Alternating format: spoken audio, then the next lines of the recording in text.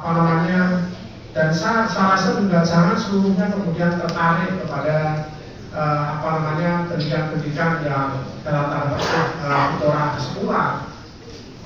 Jadi jangan sampai kemudian karena kita masuk dalam dunia pendidikan umum dalam bahasa yang lebih ini ya, kemudian kita melupakan kehebatan kita yang luar biasa. Saya rasa masih ada banyak pesantren-pesantren salaf yang hanya mengajarkan khusus mengenai bahasa, khusus mengajarkan mengenai tafsir hadis.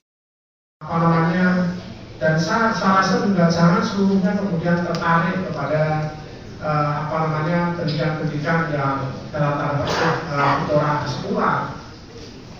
Jadi jangan sampai kemudian karena kita masuk dalam dunia pendidikan umum dalam bahasa yang lebih ini ya, kemudian kita melupakan kehebatan kita yang luar biasa.